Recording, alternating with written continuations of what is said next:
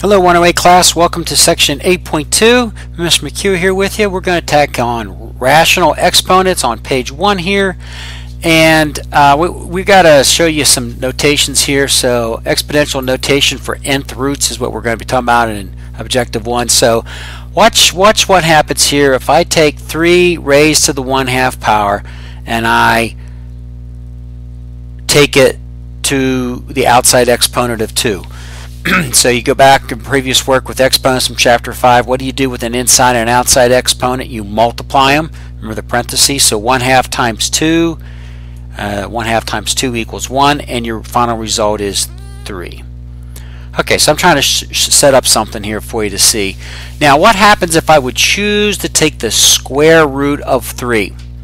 Take that quantity and square it. Now, you don't know the square root of 3. You have to get on your calculator to get the decimal numbers, but what's the basic definition of exponents? Exponents always tell you to take the base, which is the square root of 3, multiply it how many times? 2. Square root of 3 times the square root of 3 is equivalent to 3 times 3 is 9. So the square root of 9 is 3. And thus, I'm trying to get you to see that these two forms are the same. So a base raised to the 1/2 power is equal to the square root of it. That's what you want to say to yourself. So we're going to get in this chapter here. You're going to see a lot of boxes and rules here, and this is where, to get comfortable here, you might, I don't know if I'm going to call this a reference sheet, but you might want to use this as a handy sheet to help you master these exponent and radical shortcuts. Okay, so I'm on page 435 here with some of this. So you want to be looking at these. Now the problem, again, I say this in class all the time, the lawyerese rules with A's, M's, and N's, you got to grasp and grapple what are they really trying to tell you. So try saying the words. They're trying to tell you to take that a base raised to the 1/2 power is the same as taking the square root. Now, why is that?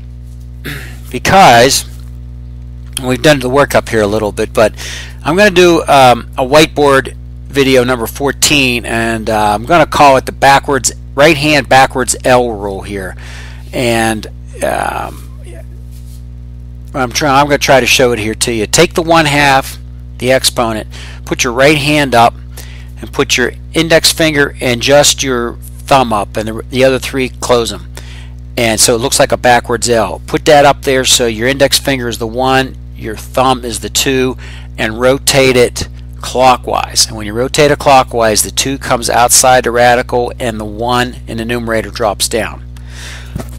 Okay, that's what the the rule I'm going to show you with your hand. So you could take an exponent, you could take a base raised to a fractional exponent and convert it into radical form. Okay, now what you saw here is just this, but don't forget, any exponent that's a 1 you don't have to write, and any exponent that's a 2 you don't have to write. Okay, so hopefully a lot of you have remembered some of that. So there's rule or shortcut number A. Put it in your mind that any base raised to a 1 over any denominator is equivalent to that index number, taking the square root of it. Okay, so here's a couple examples here. They say 64 raised to the 1/3 power. Again, put your backwards right hand L up, rotate, so the denominator becomes the index number, the numerator becomes the exponent. So you've got the cube root of 64, and that's 4. How about 100 raised to the 1/2? Well, that's the same as saying the square root of 100. Again, I've got the right hand rule. I'm rotating, and the 1 and the 2 don't even officially show up. Square root of 100 is 10. Okay. Note the denominator and the exponent becomes the index. That's a key point here when you work with these. Okay, so we're going to keep cruising here. I'm looking at, let's go to objective 2 here. Expressions in the form of a base A raised to a fraction, numerator M, denominator N. I almost wish sometimes they would have used N and D down here, but so it's the same idea. You're going to put your right hand up, you're going to make a backwards L, and you're going to rotate clockwise, and so 8 to the 2/3 is going to become 8 to the 1/3 raised, inside exponent, outside exponent, so 1/3 times 2 does equal 2/3. Now can you take 8 to the 1/3 is the cube root of 8, which is 2, and 2 squared is 4. Okay, so just keep an eye. I'll be making that video here pretty soon. You can keep an eye on it. So here's the summary of them. So you can go either way. You can go left side to right side, where you convert from an exponent into radical, or you go from radical back to exponents with fractions in there.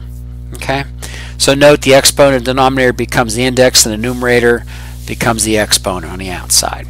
Okay, so there's a couple examples here for you. 36, take it to the raised to the 3/2 power. I'm going to put my right hand backwards L up and rotate. The denominator comes into the index number, the 3. I'm going to keep it on the outside. You could do it either way. So square root of 36 is 6. 6 cubed is 216. And hopefully you're getting the idea. Okay, same here. I'm now going to take 125 raised to the 2/3. It's going to become the cube root of 125. Look at the denominator, it becomes the index number. This time I'm going to put the whole parentheses, and take it squared, and cube root of 125 is 5. 5 squared is 25. Okay, so hopefully you're kind of getting the idea here. You guys can follow. These are fairly straightforward.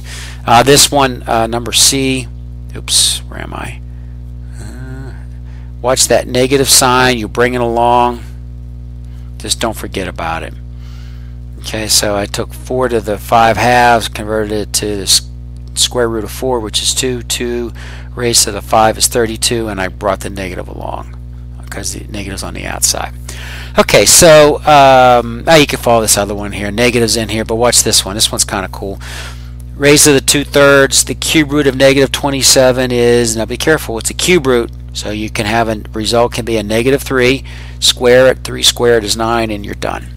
Okay, this I labeled these with letters to help us communicate here. So shortcut number C here is a base raised to a negative exponent. Just like we do with other negative exponents, you drop it down to 1, you write the reciprocal, and you make it a positive exponent, m divided by n, and then you're going to keep working with it.